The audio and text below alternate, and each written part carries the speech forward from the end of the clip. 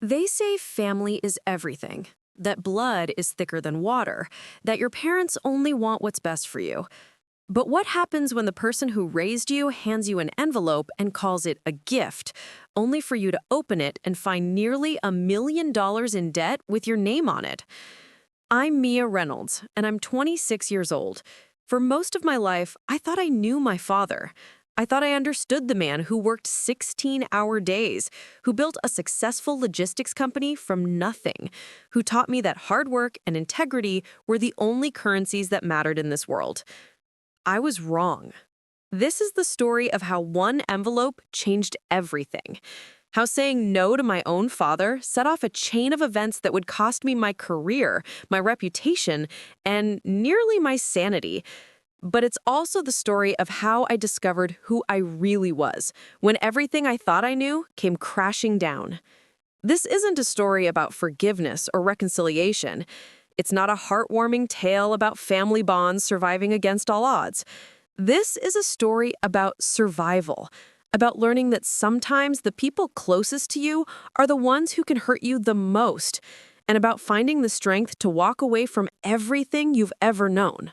Before we jump back in, tell us where you're tuning in from, and if this story touches you, make sure you're subscribed, because tomorrow I've saved something extra special for you.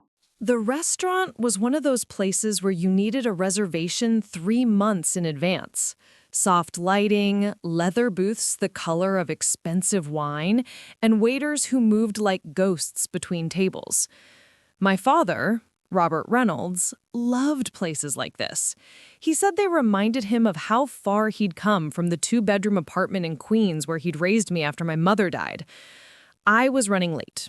Traffic through downtown Chicago had been a nightmare, and I'd spent 15 minutes circling the block looking for parking. By the time I walked through the heavy oak doors, I could see him already seated, checking his Rolex with that particular expression he got when things weren't going according to his schedule. Mia. He stood as I approached, and we did that awkward half hug that had become our standard greeting sometime around my 21st birthday. "You look tired." "Thanks, Dad. You look great too," I said, sliding into the booth across from him. He didn't smile. My father rarely smiled these days. At 58, Robert Reynolds was all sharp angles and harder edges, a man who'd spent 3 decades building Reynolds Logistics into a regional powerhouse and had the stress lines to prove it. "I ordered you the salmon," he said, which was typical. My father didn't ask, he decided. "And a glass of the Chardonnay you like." I didn't like Chardonnay. I'd mentioned once, probably 5 years ago, that I'd enjoyed a glass at someone's wedding, but correcting him felt pointless. "So what's the occasion?" I asked, unfolding my napkin. "You said this was important." My father's dinners usually came with agendas. The last one had been to tell me he expected me to apply for the senior analyst position at Reynolds Logistics, even though I'd been perfectly happy in my current role at a smaller firm. Before that, it was his disappointed lecture about my casual relationship with my boyfriend, Marcus, a relationship that had ended 2 months later, though I'd never told my father that. "Can't a father take his daughter to dinner?" he asked, but there was something off in his tone, something I couldn't quite place. "Of course," I said carefully, "but you usually have talking points prepared?" He almost smiled at that. Almost. The waiter brought our drinks, and my father waited until he'd left before speaking again. He reached into the inside pocket of his suit jacket, navy blue, perfectly tailored, probably cost more than my monthly rent, and pulled out a cream-colored envelope. "I have something for you," he said, sliding it across the white tablecloth.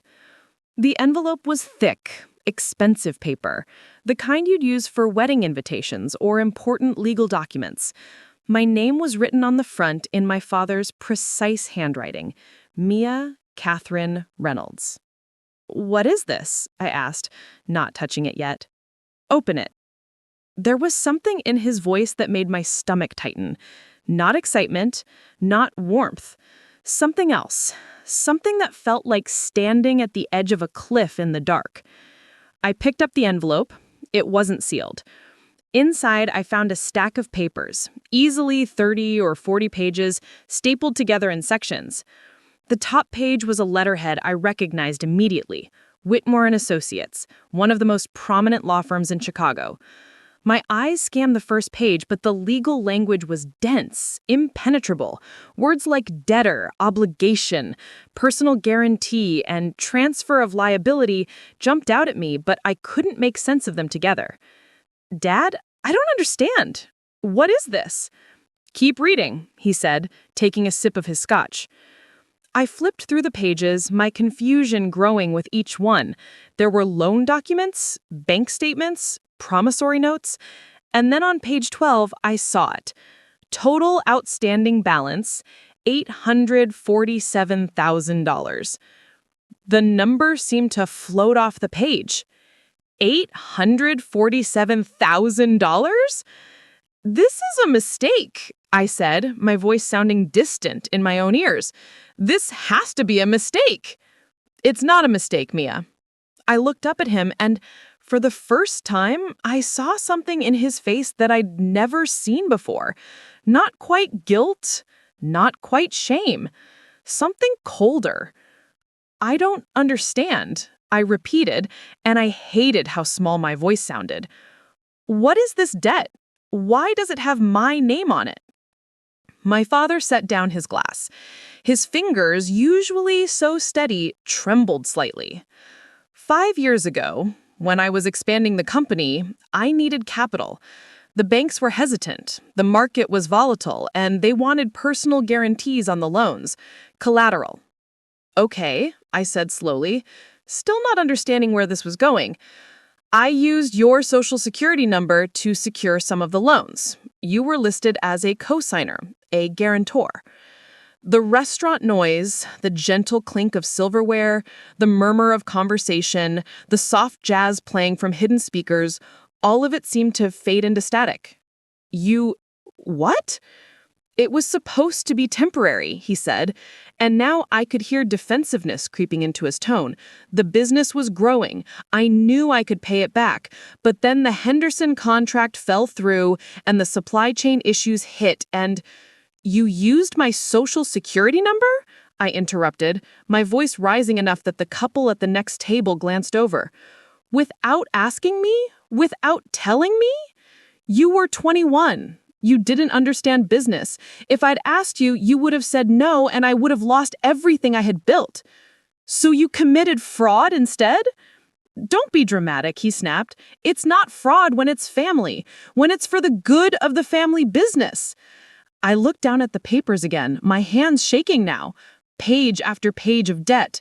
Loans I'd never taken out, interest accruing on money I'd never spent, my name, my signature forged on documents that legally bound me to nearly $1 million I didn't owe. Why are you showing me this now? Why tonight? My father took another drink, a longer one this time. The business is in trouble, Mia. Real trouble. I've been managing it, keeping the payments current, but I can't anymore. The company's cash flow it's not sustainable. I'm filing for bankruptcy next month. The word hung between us like a guillotine blade. When a business files for bankruptcy, he continued, his voice taking on that lecturing tone he used when explaining things he thought I was too naive to understand, personal guarantees become the responsibility of the guarantor, which on these particular loans is you. I felt like I was falling, like the floor of this expensive restaurant had opened up and I was tumbling through space. You're telling me that when your business goes bankrupt, I'm going to be responsible for $847,000? $893,000, technically. The interest has accumulated. Nearly $900,000? I thought about my life. My small apartment in Lakeview that I was proud of because I paid for it myself. My job at Hartfield Analytics where I'd just been promoted to senior financial analyst. My savings account with $23,000 that I'd scraped together over 4 years. My student loans that I was still paying off. All of it would be gone. Worse than gone. I'd be buried under a mountain of debt that would take me the rest of my life to climb out from under. "This is why you asked me here," I said quietly. "This is the gift. You're giving me your debt." "I'm giving you an opportunity," he corrected. "The lawyers have a plan. If you agree to take on the debt formally, there are restructuring options, consolidation programs. We can work with the banks to—" "No!" The word came out before I'd even fully formed the thought. My father's expression hardened. "Excuse me?" "No," I repeated, louder this time. "I'm not doing this. I'm not taking on your debt. You created this mess without asking me, and you can deal with it without me." "Mia, you don't understand the implications." "I understand perfectly," I said, standing up. The salmon arrived at that exact moment, the waiter's timing almost comically bad. I ignored the plate. "You committed fraud using my identity, and now you want me to legitimize it by voluntarily accepting responsibility? The answer is no." "If you don't agree to the restructuring, the banks will come after you anyway," my father said, his voice low and dangerous. "All I'm offering is a way to manage it." "Then I'll fight it. I'll hire a lawyer. I'll prove I never consented to any of this." My father laughed, actually laughed. It was a cold, bitter sound. "With what money? Do you have any idea what fraud litigation costs? You'd spend everything you have just to prove something that might not even matter in the end. And in the meantime, your credit will be destroyed. Your career will be over. No financial firm will touch you with this hanging over your head." He was trying to scare me, and it was working. But underneath the fear, something else was building. Something hot and sharp and absolutely furious.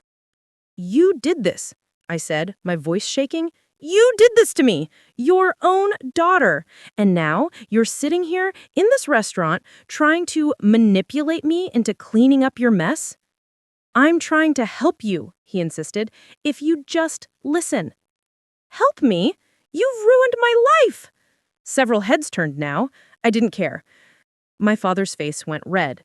"It's built everything you have. That college education, I paid for it. Your first car, I bought it. Every opportunity you've ever had came from the business I built.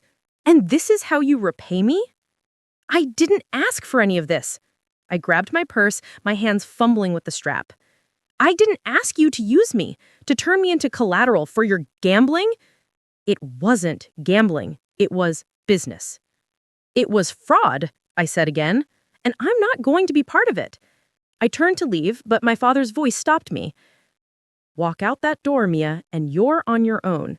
Completely on your own. No family, no support, nothing."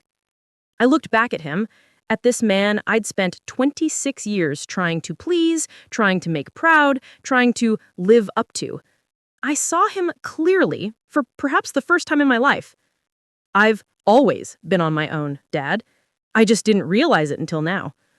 I walked out of that restaurant without looking back.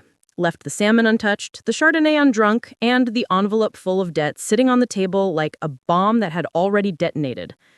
I didn't cry until I got to my car. And then I sat in the parking garage for 40 minutes sobbing so hard I couldn't catch my breath while the reality of what had just happened slowly sank in. My father had betrayed me in the worst way possible, and saying no, doing the right thing, the only thing I could do, was going to cost me everything. But I said it anyway, and I couldn't take it back. Preparing and narrating this story took us a lot of time, so if you are enjoying it, subscribe to our channel. It means a lot to us. Now, back to the story. I didn't sleep that night. I sat on my couch with my laptop open, researching identity theft laws, financial fraud, and personal guarantees until my eyes burned and the words blurred together on the screen. Every article I read made my situation seem worse. The problem wasn't just the debt. The problem was that my name was already attached to it. For 5 years, those loans had been reporting to credit bureaus with my Social Security number.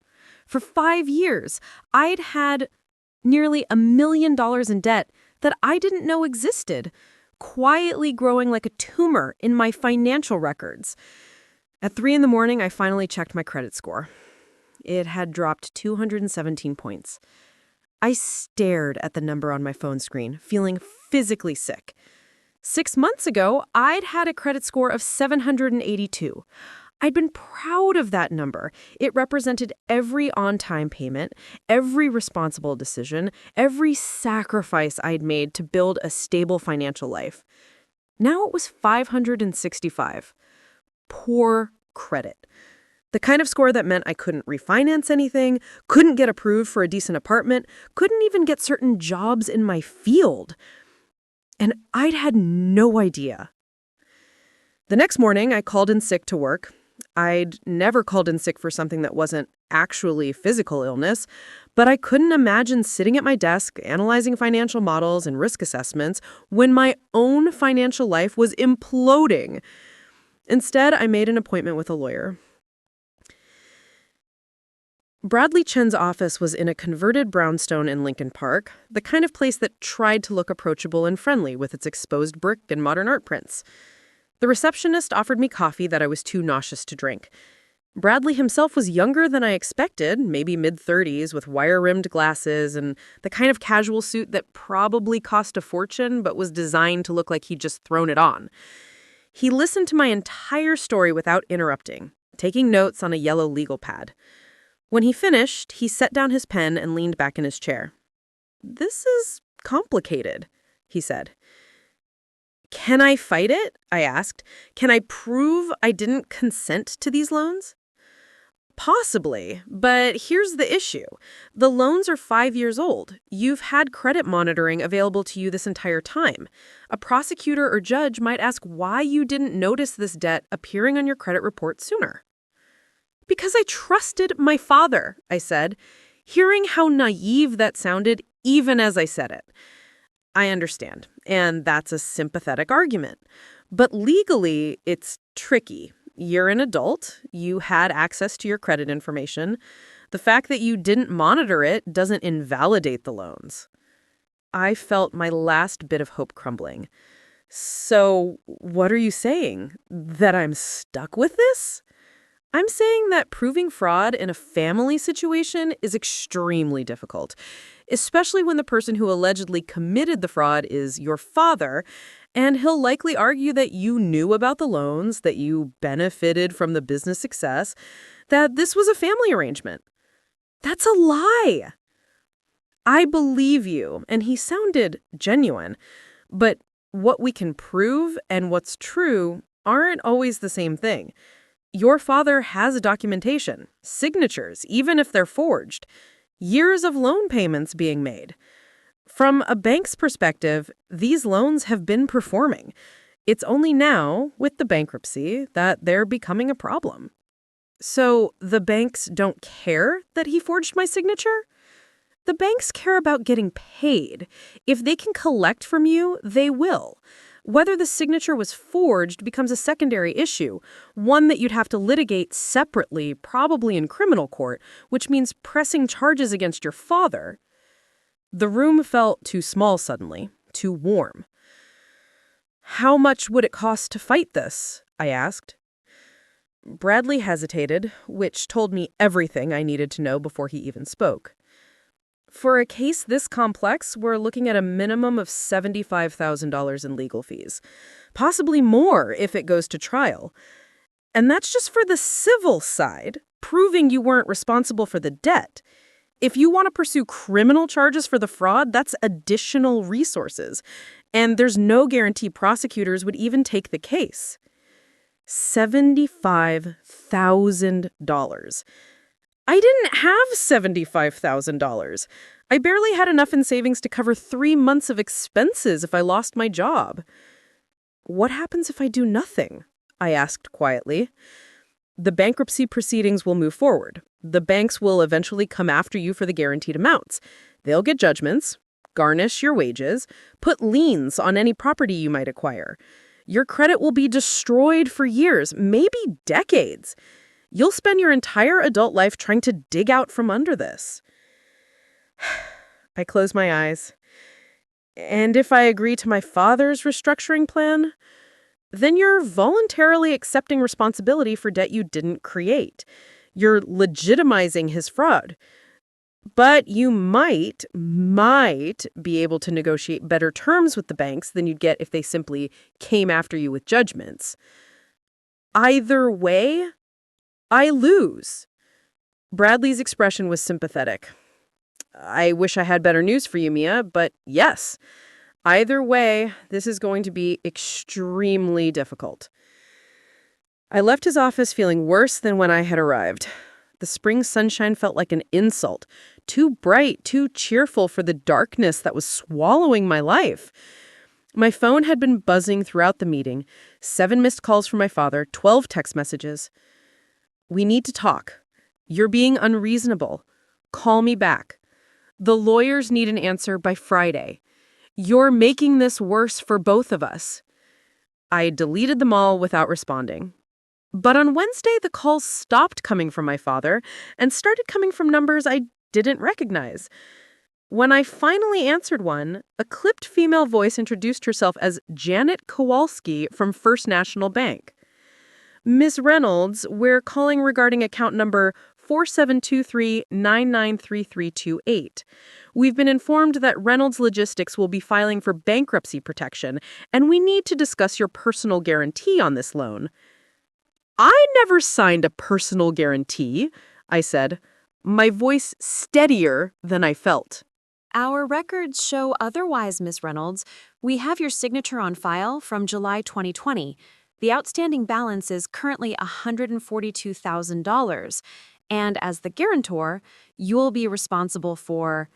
I hung up. The call came again an hour later, this time from Chicago Credit Union. I owed money. Lots of money, and they were coming to collect.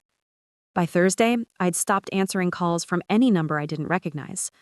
By Friday, the first letter arrived at my apartment. Official, legal, threatening. I threw it in a drawer without opening it. On Saturday, I finally told someone what was happening. My best friend, Jasmine Porter, came over with Thai food and wine. We'd been friends since college, bonded over late-night study sessions, and shared misery during our Intro to Statistics class. She was one of the few people I trusted completely. I told her everything. The dinner, the envelope, the lawyer, the phone calls. She listened with growing horror, her pad thai getting cold on her plate. "That's insane," she said when I finished. "Your own father? Mia, that's not just wrong, it's criminal. Tell that to the banks calling me 20 times a day." Jasmine set down her fork. "Okay, let's think about this strategically. You need help. Real help. Have you thought about going public with this?" Public? Like media, press. There are investigative journalists who cover financial fraud. This is a great story. Successful businessman ruins his daughter's life to save his failing company. It's awful, but it's compelling. I can't do that to my father. Even as I said it, I hated myself for saying it. Why was I still protecting him after what he'd done? "He did this to you," Jasmine said gently. "You didn't do anything to him. And maybe if this becomes public, it puts pressure on the banks, on the prosecutors, on someone to actually help you, instead of just trying to collect money you don't owe." I thought about it. My father's reputation meant everything to him. The business community he'd spent decades building relationships in, the country club, the charity boards. His entire identity was wrapped up in being Robert Reynolds' self-made success story. Going public would destroy all of that. But he destroyed my life first. "I need to think about it," I said. That night, I couldn't stop thinking about my mother. She died when I was 7, a car accident that my father rarely talked about. I had fragmented memories, her laugh, the way she smelled of lavender, how she'd let me help her bake cookies even though I made a mess. Would she have let this happen? Would she have protected me? I'd never know. On Sunday morning, my phone rang with a number I did recognize, my father's secretary, Patricia Drummond.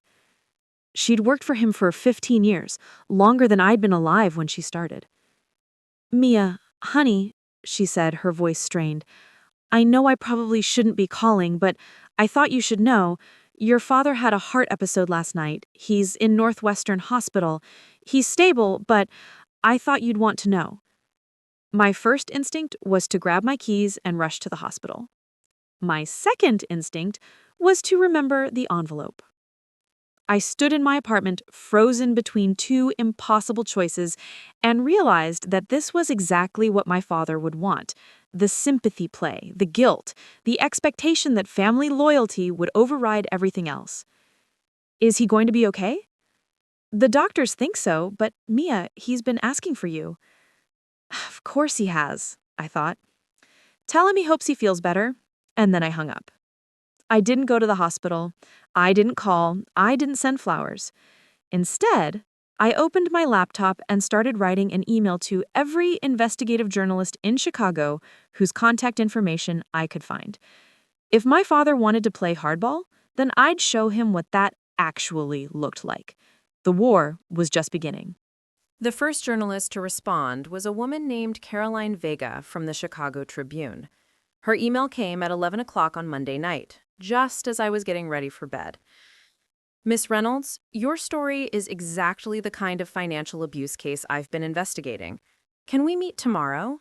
I have a 9 a.m. opening at the Caribou Coffee on State Street. I wrote back immediately. I'll be there. I barely slept. Part of me was terrified I was making a catastrophic mistake. The other part of me, the part that had been growing stronger since I walked out of that restaurant, knew this was the only move I had left. Caroline was already waiting when I arrived, a tall woman in her 40s with silver streaks in her dark hair and the kind of sharp eyes that didn't miss anything. She had a recorder, a notebook, and 2 cups of coffee already on the table. "Thank you for meeting me," she said, shaking my hand. "I want you to know up front, I take these stories seriously. If we run this, I'm going to verify everything. I'll need documentation, I'll contact the banks, and I'll reach out to your father for comment. This won't be a hit piece, but it won't be gentle either." "Good," I said. "I don't want gentle. I want the truth." For the next 2 hours, I told her everything. She asked pointed questions, took meticulous notes, and never once looked at me with pity. Just professional curiosity and what seemed like genuine anger on my behalf. "Do you have copies of the loan documents?" she asked. I pulled them from my bag. I'd been carrying the envelope everywhere, like evidence I might need at any moment. Caroline photographed each page with her phone, zooming in on the signatures, the dates, the amounts. "This signature," she said, pointing to one of the documents, "does it look like your handwriting?" I studied it. It was close. Someone had practiced, had tried to mimic my loops and slants, but it wasn't quite right. The M in Mia was too sharp. The R in Reynolds leaned the wrong direction. "It's similar, but it's not mine. I've never seen this document before in my life." Caroline nodded, making another note. "I'm going to need a handwriting sample from you, and I'm going to want to talk to a forensic document examiner. This could take a few weeks to put together properly." "A few weeks?" My stomach sank. "I don't know if I have a few weeks. The banks are already calling constantly. My father's bankruptcy filing is supposed to happen next month." "Then we'll work fast," Caroline said. "But Mia, you need to understand something. Once this story goes public, there's no taking it back. Your father will face consequences, yes, but so will you. You'll be in the spotlight. People will have opinions. Some will support you, others will say you're a disloyal daughter trying to dodge legitimate debts. Are you prepared for that?" I thought about my father in his hospital bed, probably spinning this whole situation to make me look like the villain. I thought about the collectors calling me a deadbeat. I thought about my destroyed credit score and my uncertain future. "I'm prepared," I said. The article ran 2.5 weeks later on a Thursday morning. The headline read, "Chicago businessman accused of using daughter's identity to secure nearly $900,000 in business loans." My phone exploded. The first call came from my father at 6:47 a.m. I didn't answer. He left a voicemail that was just heavy breathing and then a single sentence: "You've destroyed everything." Good, I thought. Now you know how it feels. By 8 o'clock, my phone was unusable. Calls from reporters, from people I went to high school with, from my father's business associates, from banks, from lawyers. My email inbox filled with messages. Some supportive, many accusatory. How could you do this to your own father? You're so brave for speaking out. This is a family matter. You should have kept it private. I believe you. My father did something similar to me. The attention was overwhelming, suffocating. But there was something else, too. A shift in the dynamic. Suddenly, I wasn't just a debtor the banks could harass. I was a victim with a public platform, a story people were following. By noon, 2 more major outlets had picked up the story. By evening, I was trending on social media, though I'd deactivated all my accounts years ago and couldn't see what people were saying. Jasmine came over that night, looking worried. Have you seen the response online? It's intense. I don't want to see it. Tell me the important parts. Most people believe you. There's a lot of anger at your father, at the banks, at the system that let this happen. But there are also people saying you're lying, that you must have known about the loans, that you're just trying to get out of paying what you owe. Of course they are. There's something else, Jasmine said carefully. Your father did an interview. It's going to run tomorrow. My blood went cold. What did he say? I don't know the details yet, but the promotional clip shows him in his hospital bed, looking frail. The banner says, "A father's heartbreak." Mia, he's playing the victim card hard. I should have expected it. This was exactly his style. Control the narrative, manipulate the optics, make himself the sympathetic figure. Let him, I said, though my voice shook. The documents speak for themselves. The next morning, Robert Reynolds appeared on a local morning show from his hospital room. I forced myself to watch it, my laptop balanced on my knees, my hands clenched into fists. He looked terrible, thinner than I had ever seen him, with dark circles under his eyes and a hospital gown that made him seem vulnerable. It was a masterclass in sympathy generation. My daughter and I had an understanding, he told the interviewer, his voice weak but steady.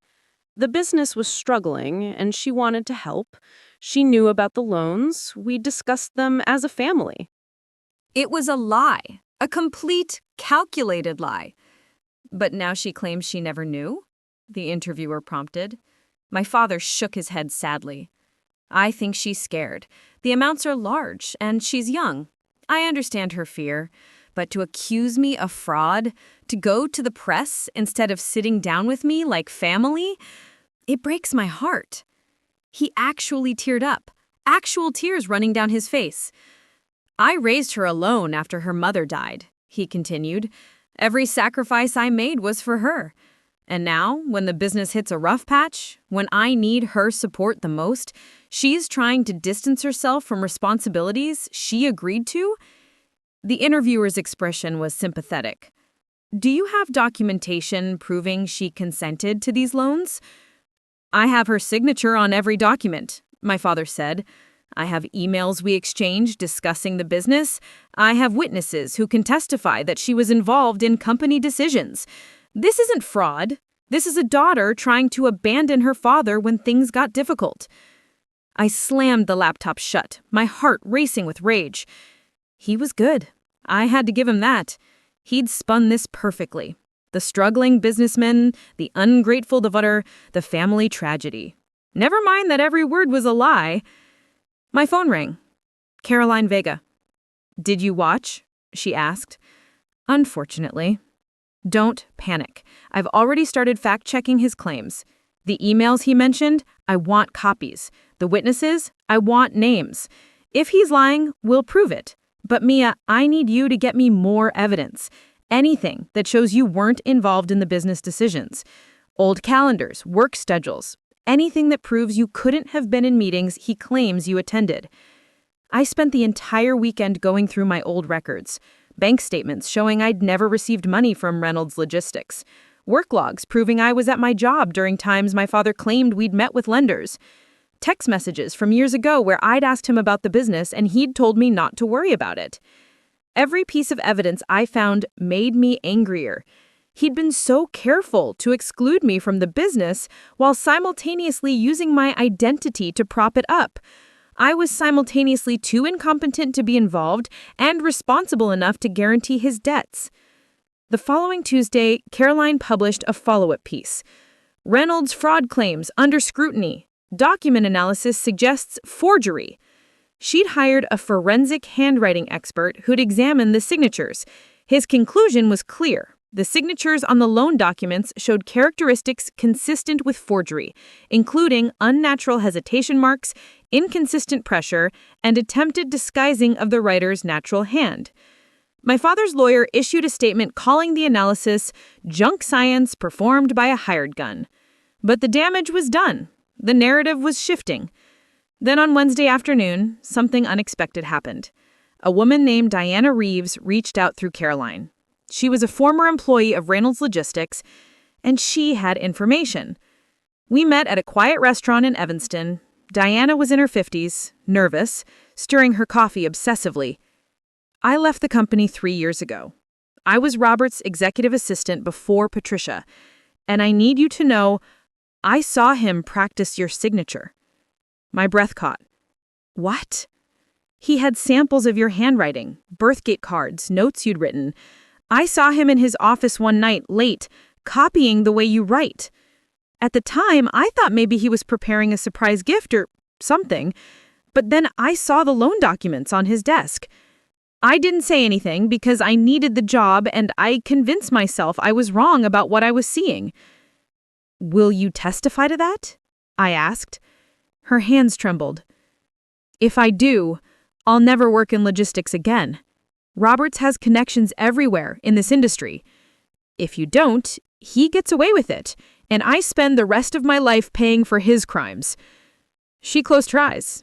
When she opened them, there was resignation there, and maybe relief. Okay, she said. I'll testify. It's time someone held him accountable. For the first time since this nightmare began, I felt something that might have been hope. My father had built his entire defense on the claim that I'd willingly participated.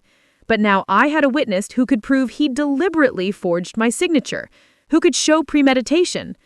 The war wasn't over, but I'd just won a major battle. And Robert Reynolds was about to learn that underestimating his daughter was the biggest mistake he ever made. The day after Diana Reeves agreed to testify, I got fired. It happened so quickly I almost didn't process it. My boss, Stephen Garrett, called me into his office at 10 a.m. He wouldn't make eye contact, kept shuffling papers on his desk like they were the most fascinating things he'd ever seen. Mia, we need to discuss your employment status here at Hartfield Analytics. I knew immediately where this was going. This is about the news coverage. The firm has a reputation to maintain, Stephen said, still not looking at me. Our clients trust us with sensitive financial information. When one of our senior analysts is embroiled in a very public financial scandal— Scandal? I interrupted. I'm the victim here. I didn't do anything wrong. That's not how our clients see it. We've already had 3 accounts express concerns about having you work on their portfolios. They're worried about judgment, about liability, about association with financial irregularities that were committed against me. Stephen finally met my eyes, and I saw something there that looked almost like pity. Almost. I'm sorry, Mia. The partners made the decision this morning. We're letting you go. Effective immediately. HR will handle your exit paperwork, and you'll receive 2 weeks severance. 2 weeks? After 4 years with the company? After all the late nights, the successful audits, the clients I'd personally saved from disastrous investments? This is illegal, I said, my voice shaking. You can't fire someone for being a victim of identity theft. We're not firing you for that. We're restructuring the department, and unfortunately, your position is being eliminated. It was corporate speak for, we're firing you, but trying to avoid a lawsuit. I could fight it, probably, add it to the growing list of legal battles I couldn't afford. I cleaned out my desk in 20 minutes. My coworkers avoided eye contact, suddenly very interested in their computer screens. Only my colleague Marcus Chen stopped by, looking uncomfortable. "This is messed up," he said quietly. "For what it's worth, everyone knows you got screwed. Just not screwed enough for anyone to actually say something to management." He had the grace to look ashamed. "I'm sorry." I walked out of Hartfield Analytics carrying a cardboard box of my belongings and feeling like the ground was crumbling beneath my feet. No job, destroyed credit, nearly $1 million in debt I didn't owe, and a father who was playing the victim so convincingly that half of Chicago thought I was the villain. Jasmine found me that evening sitting on my couch in the dark, the cardboard box still by the door, unopened. "I brought reinforcements," she said, holding up a bottle of wine and a bag from my favorite Thai place. "And before you say you're not hungry, I'm not taking no for an answer." We ate in silence for a while, then Jasmine set down her fork and looked at me seriously. "You need to file a police report, an actual criminal complaint against your father." Bradley said the prosecutors might not even take the case. Bradley said it would be difficult. Not impossible, Mia. You have evidence now. You have a witness. You have forensic analysis. That's more than most identity theft victims ever get. I stared at my pad thai. If I file criminal charges, that's it. That's the end of any relationship with my father. Forever. "What relationship?" Jasmine asked, not unkindly. "He stole your identity. He ruined your credit. He's the reason you just lost your job. What exactly are you preserving here?" She was right. Some part of me still wanted to believe that my father was going to wake up, realize what he'd done, and apologize. That he'd fix this somehow. That the man who taught me to ride a bike and helped me with my math homework was still in there somewhere. But that man, if he had ever really existed, was gone. Or maybe he'd never been there at all. Maybe I'd just been too young to see who he really was. The next morning, I went to the police station. The detective who took my statement was a woman named Sarah Ortiz, probably in her late 40s, with tired eyes and a no-nonsense demeanor. She listened to my story, examined my documents, and took notes in a small notebook. "I'm going to be honest with you, Ms. Reynolds. Family fraud cases are complicated. Prosecutors often don't want to touch them because juries get weird about family members testifying against each other. Plus, your father will argue this was a civil matter, a business arrangement gone wrong. But I have a witness who saw him forge my signature. That helps a lot, actually." Detective Ortiz tapped her pen against her notebook. "I'll submit this to the fraud division. They'll review it and decide whether to pursue charges. But you should prepare yourself for the possibility that this becomes a civil case only." "How long will that take?" "Could be weeks. Could be months. The system moves slowly." I felt the familiar frustration rising. Everything moved slowly, except the debt collectors, the judgments, the consequences that were piling up faster than I could process them. That afternoon, I got a call from an unknown number. Against my better judgment, I answered. "Mia, it's Patricia." My father's secretary sounded strained. "I know I shouldn't be calling, but your father wanted me to reach out. He wants to settle this privately." "There's nothing to settle. He committed fraud." "He's willing to take on most of the debt. He's found investors who will help restructure the company. You'd only be responsible for about $200,000, and he'd help you pay that over time." Only $200,000, as if that was nothing. Tell my father if he wants to talk to me, he can do it through his lawyer or through the police. I hung up before she could respond. But the calls didn't stop. Over the next week, I heard from my father's business partner, from my Aunt Ellen, who I hadn't spoken to in years, from my father's golf buddy, all with variations of the same message. Be reasonable, think of the family, don't destroy your father over a misunderstanding. A misunderstanding? That's what they were calling fraud now. The only person who didn't call was my father himself. He was too smart for that, too careful. He sent his proxies while he continued to play the wounded patriarch in the media. Then, on a Friday afternoon, something changed the entire game. The FBI showed up at my apartment. 2 agents, both in dark suits, holding badges and polite but serious expressions. Special Agent Rachel Morrison and Special Agent Kevin Park. Miss Reynolds, we'd like to ask you some questions about Reynolds Logistics and several loans taken out between 2019 and 2023. My stomach dropped. Am I in trouble? No, Agent Morrison said, but we believe you may have information relevant to an ongoing investigation. May we come in? I let them in because I didn't know what else to do.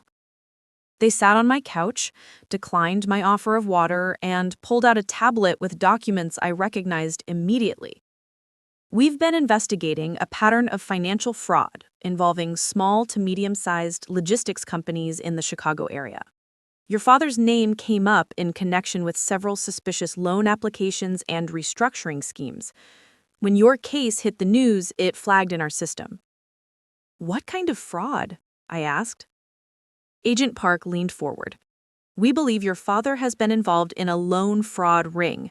Multiple business owners using shell companies, falsified financial statements, and identity theft to secure loans they never intended to repay. Then they'd file strategic bankruptcies, leaving guarantors, often family members or employees, holding the debt. My stomach's sad. You're saying my father has done this before? To other people? We believe so. We've identified at least 4 other cases with similar patterns. In 2 of those cases, adult children were used as guarantors without their knowledge or consent. I felt sick. This wasn't just about me. This wasn't just a desperate father making a terrible choice to save his business. This was calculated, systematic fraud. We'd like your cooperation, Agent Morrison said. Everything you know about your father's business practices, his associates, any conversations you remember about finances or loans, and we'd like to bring in your witness, Diana Reeves, for formal questioning. What happens if I cooperate? We can't make any promises, but if your father is convicted of federal fraud charges, it strengthens your case for having the debt discharged. The courts are much more sympathetic to identity theft victims when there's a criminal conviction involved. For the first time in weeks, I felt like someone with actual power was on my side. Not a lawyer I couldn't afford, not a journalist doing her job, but federal agents with resources and authority. I'll tell you everything I know, I said. We spent 3 hours going through every detail I could remember, every odd conversation, every time my father had been evasive about business finances, every person I'd ever seen at our house for business meetings. I gave them access to my email accounts, my text messages, anything that might help. When they finally left, Agent Morrison handed me her card. Stay available, she said. And, Miss Reynolds, what your father did to you, it's not just wrong. It's criminal. You were right to fight back. After they left, I sat in my apartment feeling strange. Not quite hopeful. Hope seemed like too dangerous an emotion to entertain. But maybe something like vindication. My father had spent weeks painting me as a disloyal daughter, as someone ungrateful and spiteful. He'd used his charm, his connections, his carefully constructed reputation to make himself the victim. But the FBI didn't care about his reputation. They cared about evidence, about patterns of behavior, about justice. I called Caroline Vega. The FBI just left my apartment. They're investigating my father for running a loan fraud scheme. He's done this to other people. There was a pause. Then, can I quote you on that? Not yet, but soon. I have a feeling this story is about to get much bigger. That night, I slept better than I had in weeks. Not because my problems were solved, they weren't. I was still jobless, still buried in debt, still facing an uncertain future. But I wasn't alone anymore, and my father wasn't untouchable. The truth was coming out, and there was no amount of charm or manipulation that could stop it. Money runs out faster than you think it will. 2 weeks after losing my job, I was already making calculations that terrified me. Rent was due in 10 days. My car payment was coming up. Health insurance through Cobra would cost me $600 a month, money I absolutely didn't have. I'd applied to 17 jobs in my field and gotten exactly 0 responses. Apparently, currently embroiled in federal fraud investigation wasn't great for your resume, even when you were the victim. I was sitting at my kitchen table, surrounded by bills I couldn't pay, when Jasmine texted me. Turn on Channel 7, now. I grabbed my laptop and pulled up the live stream. The news anchor had that particular expression they get when a story is big, excited, but trying to appear somber. Breaking news in the Reynolds logistics fraud case. Federal investigators have arrested Robert Reynolds, CEO of Reynolds Logistics, on charges of wire fraud, bank fraud, and identity theft. The indictment alleges a multi-year scheme involving at least 6 victims and over $3 million in fraudulent loans. $3 million. 6 victims. The screen cut to footage of my father being led out of his house in handcuffs. He looked old suddenly, diminished in a way I'd never seen before. No suit, just a polo shirt and khaki pants. His face was pale, his expression blank. I should have felt something. Triumph, maybe? Or vindication? Instead, I just felt hollow. My phone started ringing immediately. Caroline Vega, Detective Ortiz, numbers I didn't recognize. I ignored them all except one, Agent Morrison. I wanted you to hear it from me first, she said. We arrested your father this morning. The grand jury returned a 17-count indictment. He's being arraigned tomorrow. What does this mean for me, for the debt? It means you have a strong case for claiming fraud. The banks will fight it. They always do. But with a federal conviction, you'll have significant leverage. We've also frozen his assets pending restitution hearings, which means he can't hide money or transfer anything out of reach. After I hung up, I sat motionless for a long time. Outside my window, Chicago went about its business, cars honking, people walking dogs, someone's music thumping from a passing car. The world didn't stop just because mine had imploded. I thought about calling my father's lawyer, or Patricia, or someone who could tell me how he was doing. Then I remembered that he'd never once called me himself, not to apologize, not to explain, not even to yell at me for cooperating with the FBI. He'd only sent messengers, people to pressure me, to negotiate, to manipulate, but never himself. That told me everything I needed to know. The next morning, I did something I'd been avoiding. I went to the arraignment. The courthouse was crawling with reporters. I slipped in through a side entrance Caroline had told me about, kept my head down, wore sunglasses even though we were indoors. I found a seat in the back of the courtroom, hidden behind a pillar. My father was brought in wearing an orange jumpsuit. They denied him bail. Agent Morrison had warned me about that.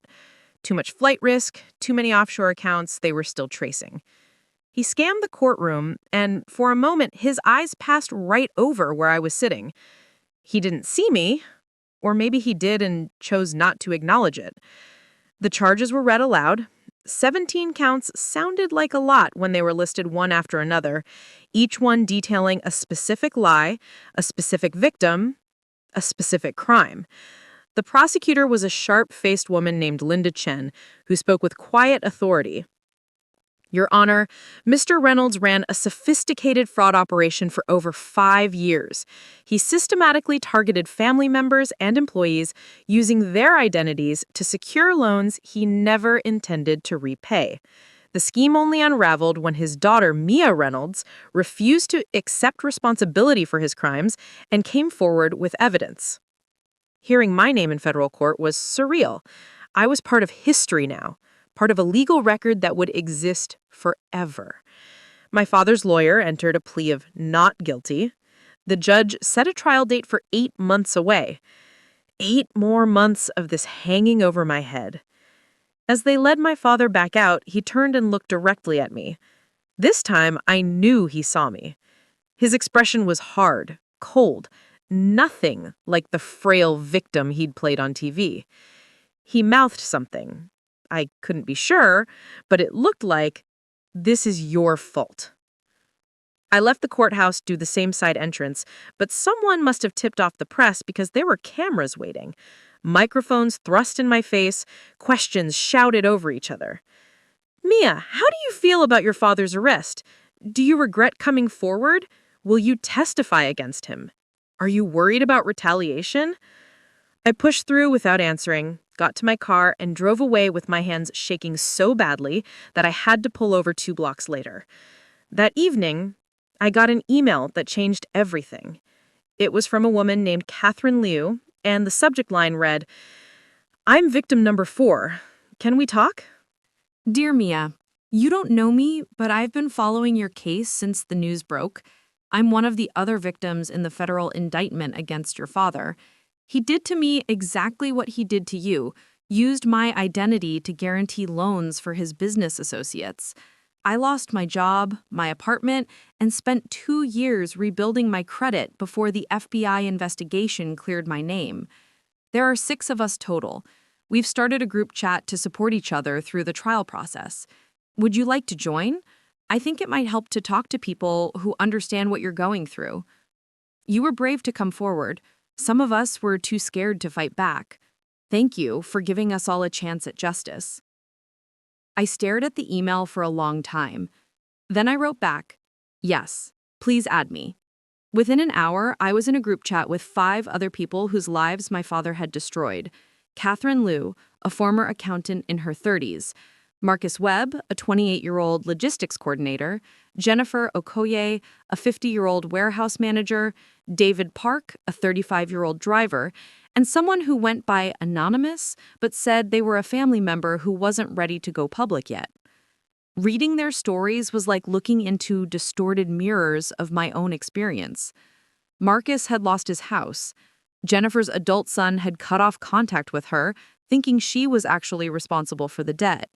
David had been forced to file for bankruptcy and lost custody of his daughter because he couldn't afford child support while dealing with the fraudulent debt. We were all collateral damage in my father's schemes, human shields he'd used to protect his business empire. "Has anyone else been contacted by his lawyers?" I typed into the chat. 3 people responded immediately that they had. The message was always the same: settle quietly, accept a reduced amount, don't testify at trial. "What did you tell them?" I asked. Marcus responded, "I told them to go to hell. After what he did to my family, I want to see him in prison." "Same," Jennifer wrote. "He doesn't get to ruin our lives and then negotiate his way out." Catherine added, "We're stronger together. That's why I wanted to create this group.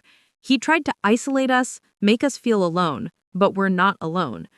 For the first time since this nightmare began, I felt like I was part of something bigger than my own survival. This wasn't just about me anymore.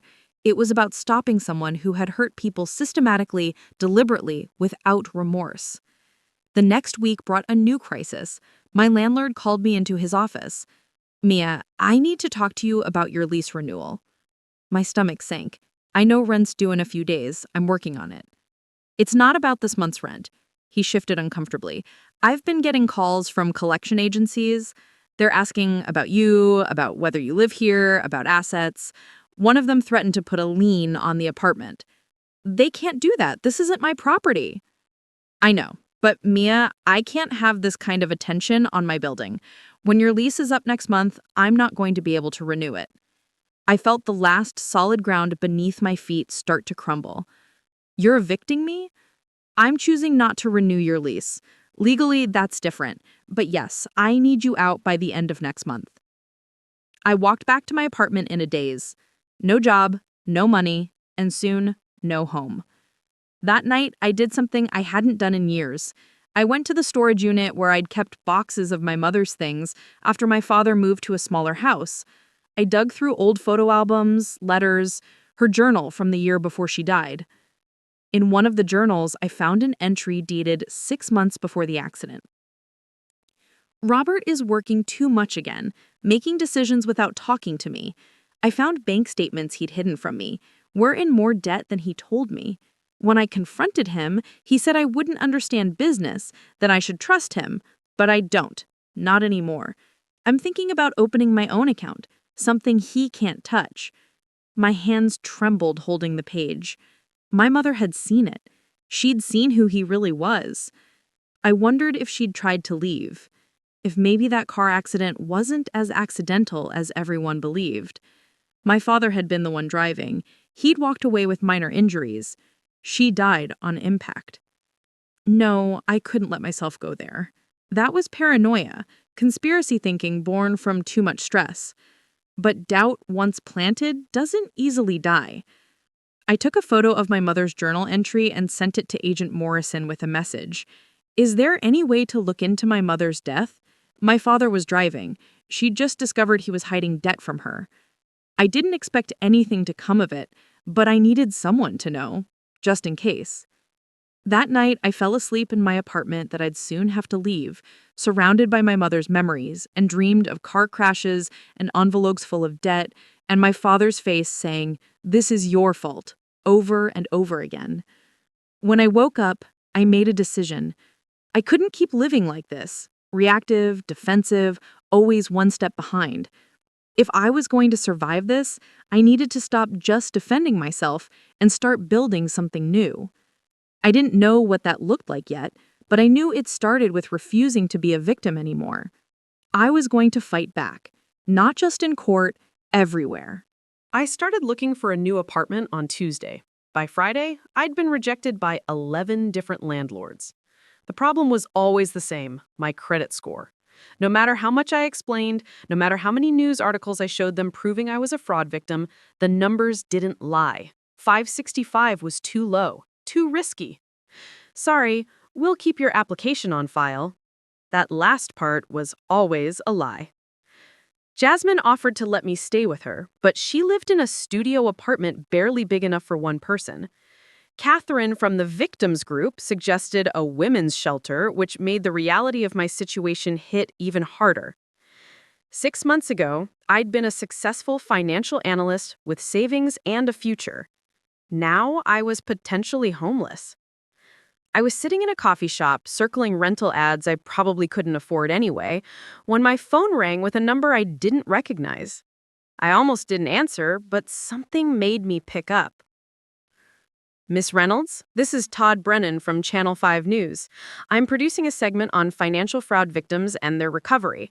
I'd like to feature your story, and there's an appearance fee of $1,500 if you're interested. $1,500. It wouldn't solve my problems, but it would buy me time. What would I have to do? I asked. Just a 15-minute interview. We'll film it this week. It airs next Sunday. You'd be helping other fraud victims understand their rights while also sharing your journey. I should have been more skeptical. I should have asked more questions. But desperation makes you say yes to things you'd normally think twice about. The interview took place in a studio downtown. They put makeup on me, which felt strange, covering up the exhaustion and stress to make me camera ready. The interviewer was a polished woman in her 40s named Rebecca Hall, who had clearly done her research. So, Mia, you've lost your job, you're facing eviction, and you're buried under debt you never created. How are you coping? I wanted to say I wasn't coping, that I cried myself to sleep most nights, that I'd started having panic attacks in grocery stores when I had to choose between buying food or keeping my phone turned on. But that wasn't what she wanted to hear. I'm taking it day by day, I said instead. And I'm learning that there are more fraud victims out there than I realized. We're supporting each other through this. Do you have any regrets about coming forward? About turning your father in? There it was. The question everyone wanted answered. No, I said firmly. What he did was wrong, not just to me, but to at least 5 other people that we know of. If I'd stayed quiet, he would have kept destroying lives. The interview continued for another 10 minutes. When it was over, Rebecca shook my hand and said, "You're very brave." I didn't feel brave. I felt like I was drowning and grabbing at anything that floated. The check arrived 2 days later. I deposited it immediately and paid my overdue electric bill, bought groceries, and put the rest toward rent. It bought me exactly 2 more weeks. The segment aired on Sunday evening. I watched it with Jasmine, who'd brought over Chinese food we split because neither of us had much money. It was strange seeing myself on television. I looked smaller somehow, more vulnerable than I felt. But the comments that flooded social media afterward were overwhelming, mostly supportive, with occasional cruelty mixed in. She's lying to get attention. Gold digger trying to avoid paying her debts. My heart breaks for her. I'm a fraud victim too, and nobody believed me. Her father is the real victim here, ungrateful daughter. I forced myself to stop reading after the first 50 comments. It didn't matter what strangers thought.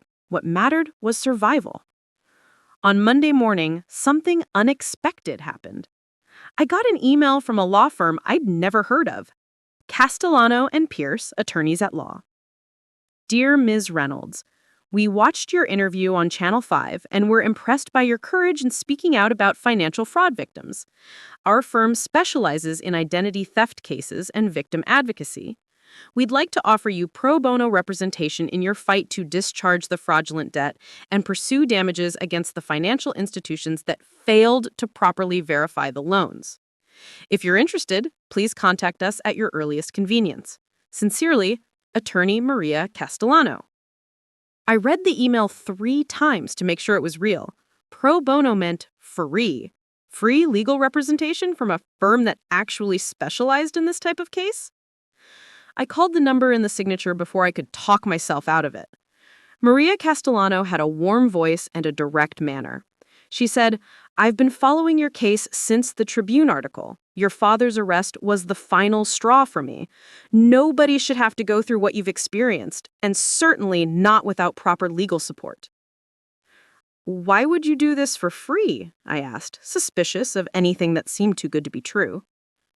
"Because I can. My firm is successful enough that we take on several pro bono cases each year, and because your case could set important precedents for other fraud victims. If we can prove the banks were negligent in their verification processes, it could help thousands of people." We met in her office the next day.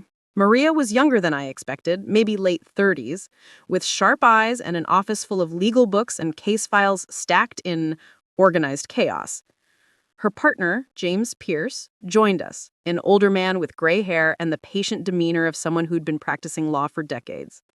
They spent 2 hours going through every document, every piece of evidence, every detail of my case. When we finished, Maria leaned back in her chair. "Here's what we're going to do. First, we file motions to discharge the debt based on fraud. The federal indictment against your father helps immensely with that. Second, we go after the banks. They had a duty to verify signatures, to confirm identities, to do basic due diligence. They failed. We're going to argue they share liability for the damages you've suffered." "Can we win?" I asked.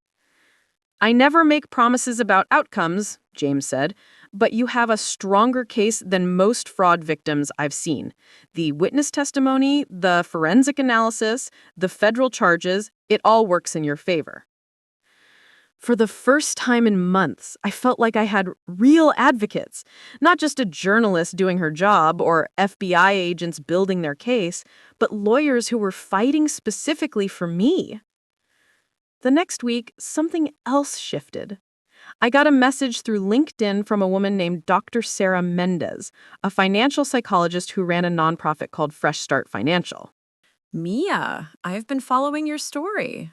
We help fraud victims rebuild their financial lives. Credit repair, budgeting assistance, employment counseling. Everything is free for qualified participants.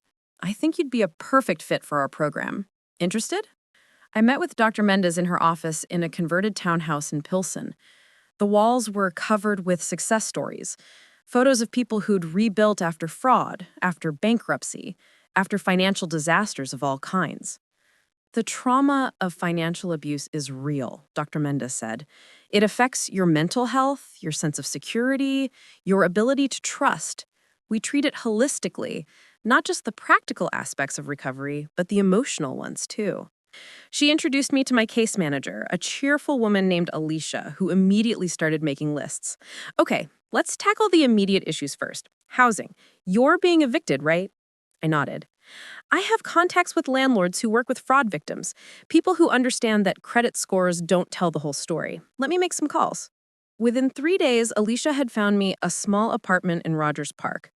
It wasn't much, a studio with old appliances and carpet that had seen better days, but the landlord, an older man named Mr. Kowalski, had read about my case and was willing to take a chance.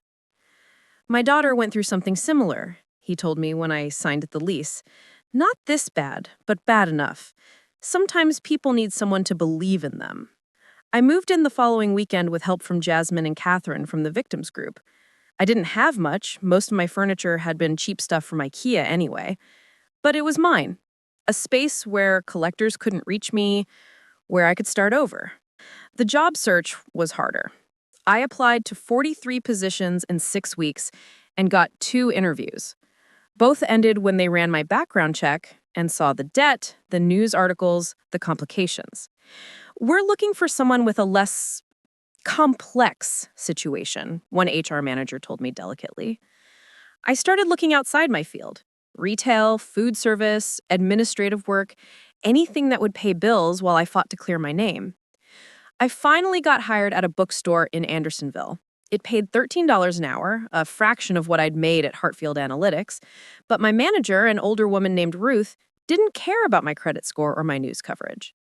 "You seem smart and you need a job," she said with a shrug. "That's good enough for me." I started the following Monday, shelving books and working the register.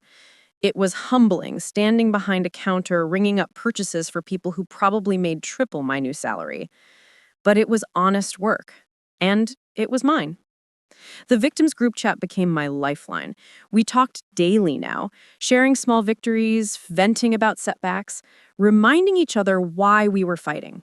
Marcus got a settlement from one of the banks, only $30,000 of the $300,000 he'd been fraudulently saddled with, but it was something.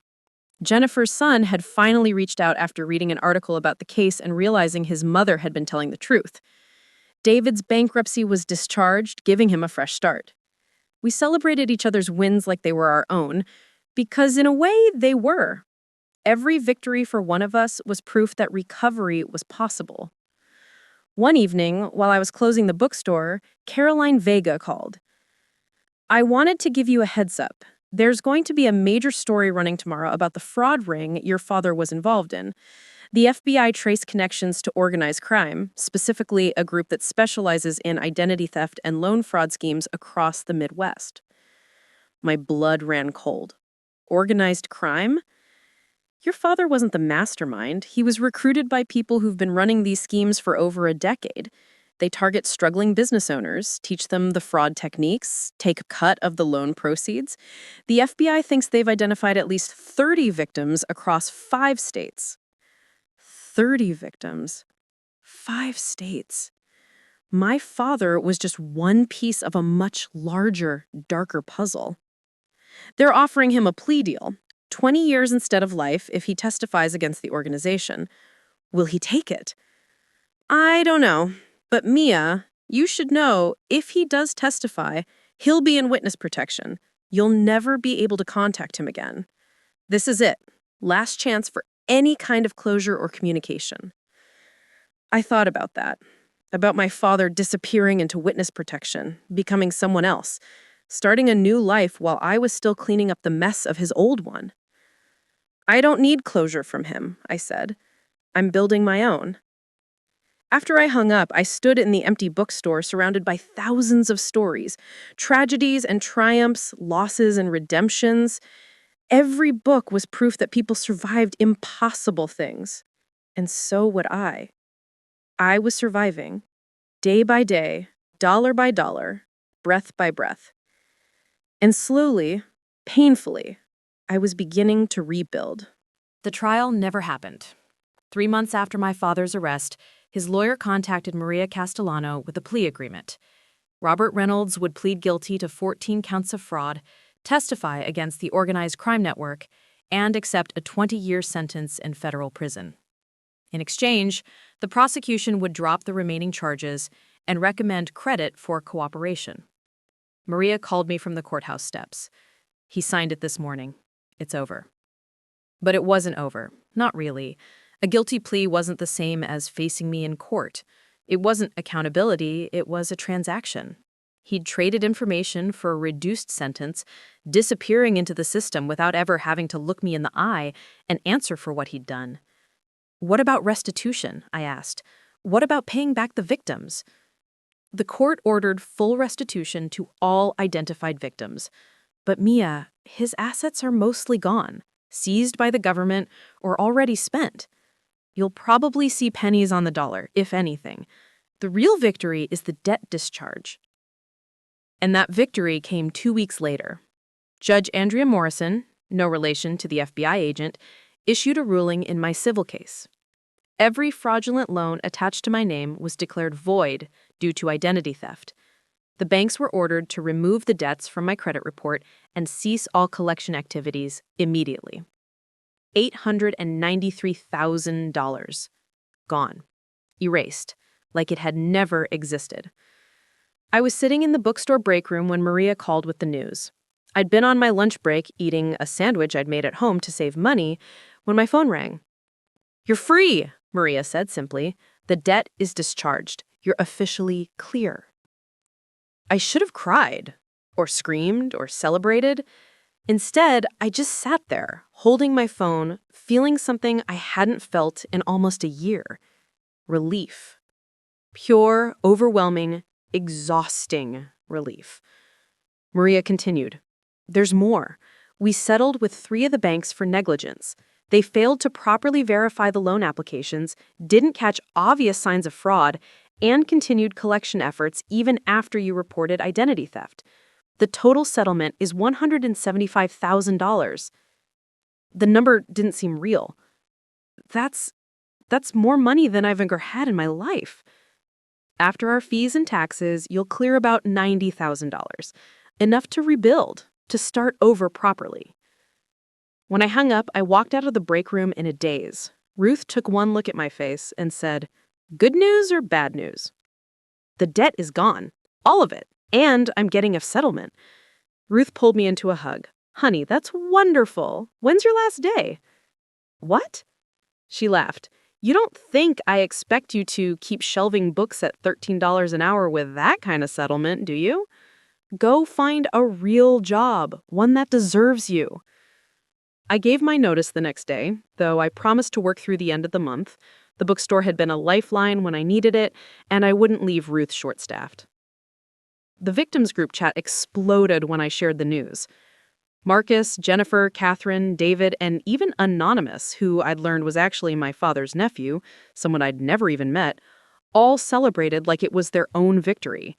"This gives me hope," Catherine wrote. "If you can get clear, maybe we all can." "You started this by refusing to stay silent," Marcus added. "You gave the rest of us permission to fight back." The truth is, we'd all saved each other. Alone, we'd have been picked off one by one, isolated and defeated. Together, we'd become something stronger. Over the next few months, each of them reached their own resolutions. Marcus got a full discharge and a smaller settlement. Jennifer's debt was wiped out, though she didn't pursue damages. David got his bankruptcy cleared and won partial custody of his daughter back. Catherine took the biggest swing. She sued not just for the debt discharge, but for emotional damages, and won a $140,000 judgment. Anonymous chose to stay silent publicly, but got their debt cleared through the criminal proceedings. We all survived. Different outcomes, different paths, but we all made it through. My credit score started climbing, slowly at first, 620, then 650, then 680. Dr. Mendez and her team at Fresh Start Financial helped me understand credit rebuilding, taught me strategies I'd never learned despite working in finance. Within 6 months, I'd hit 720. I started applying for jobs in my field again. This time, when background checks came back, they showed the fraud notation, the discharge, the settlement. Most companies still passed, but some, the better ones, the ones I actually wanted to work for, saw it as proof of resilience. You got knocked down by something that wasn't your fault and fought your way back. That's exactly the kind of person we want on our team, the hiring manager at North Point Investments told me. I started as a senior financial analyst in January. almost exactly 1 year after my father had handed me that envelope. My new salary was actually higher than what I'd made at Hartfield. I had health insurance again, a 401k, a future. I moved out of the studio in Rogers Park and into a nice one-bedroom in Lincoln Square. Nothing fancy, but it had hardwood floors and big windows, and it was mine. Truly mine this time. Jasmine helped me move in, along with Catherine, who'd become a close friend through all of this. "Look at you," Jasmine said, standing in my new living room. "You did it. You actually rebuilt your entire life." "We did it," I corrected. "I couldn't have survived this alone." That night, after everyone left, I sat on my new couch in my new apartment and thought about my father.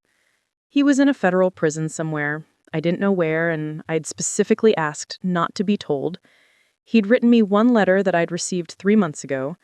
I hadn't opened it. I'd put it in a drawer and left it there. Some people said I should read it, that I needed closure, that forgiveness would set me free. But I didn't need his words for closure. I'd found it on my own. Agent Morrison had quietly looked into my mother's accident, as I'd asked. The investigation had been thorough at the time. Weather conditions, road conditions, witness statements. There was no evidence of foul play, just a tragic collision with a semi-truck that ran a red light. My father had been driving, but he had done nothing wrong. It was just an accident. Sometimes terrible things happen without conspiracy or malice. Sometimes loss is just loss. I'd let myself imagine the worst about my father because of what I knew he was capable of. But even monsters aren't monsters in every moment. He'd loved my mother, in his way. And he'd loved me, or at least I thought he had. But his love was conditional, transactional. I was valuable to him as long as I was useful. When I stopped being useful and started being a liability, I stopped mattering. That was the truth I'd had to accept. Caroline Vega's final article in the series ran on the anniversary of my father's arrest. It was a long-form piece about all the victims, about the organized crime network that had been dismantled, about the systemic failures that had allowed the fraud to continue for so long. The headline read, "How One Woman's Refusal Brought Down a Multi-million-dollar Fraud Ring." I was quoted throughout, along with the other victims who'd agreed to go public. The article ended with my words. I didn't set out to be brave. I just refused to accept blame for something I didn't do. Sometimes survival looks like saying no when everyone expects you to say yes. Sometimes justice starts with one person deciding they're worth fighting for. The article went viral.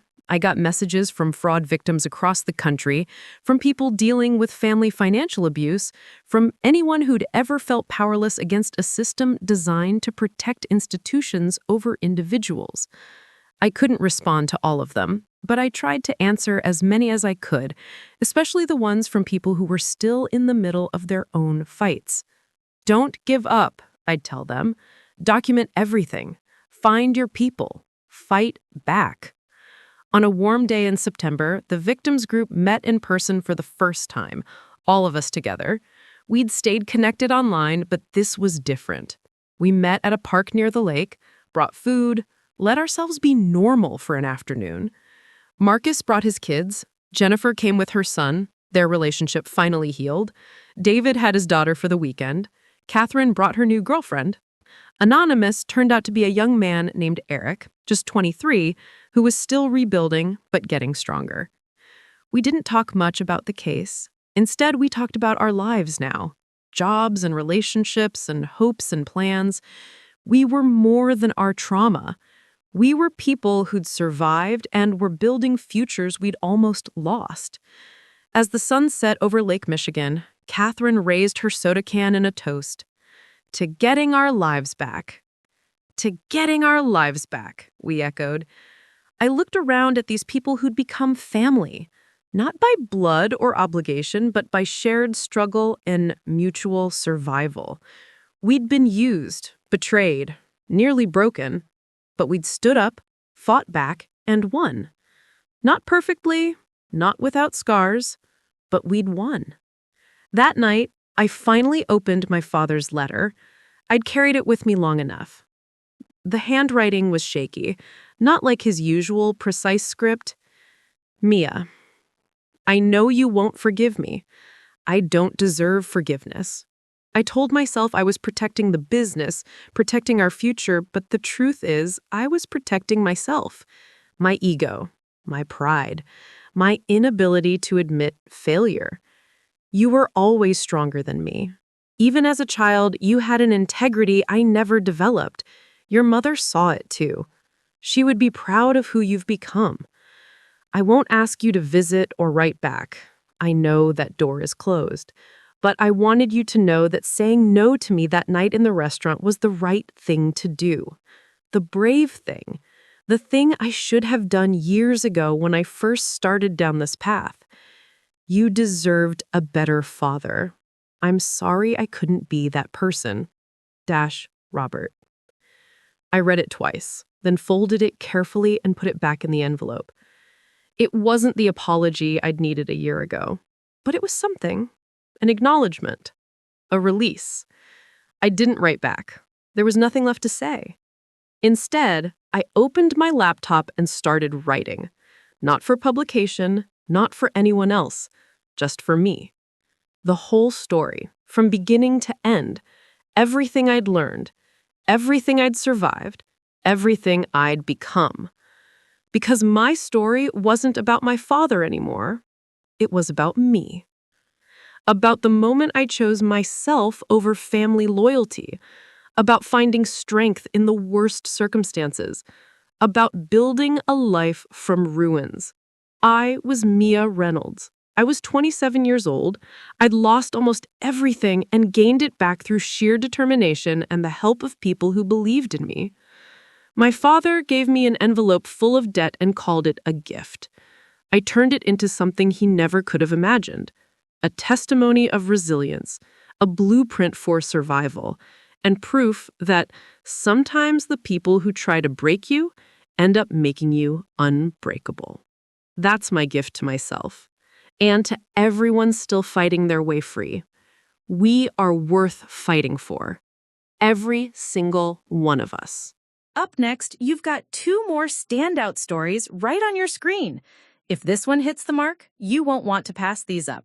Just click and check them out. And don't forget to like, subscribe, and turn on the notification bell so you don't miss any upload from us.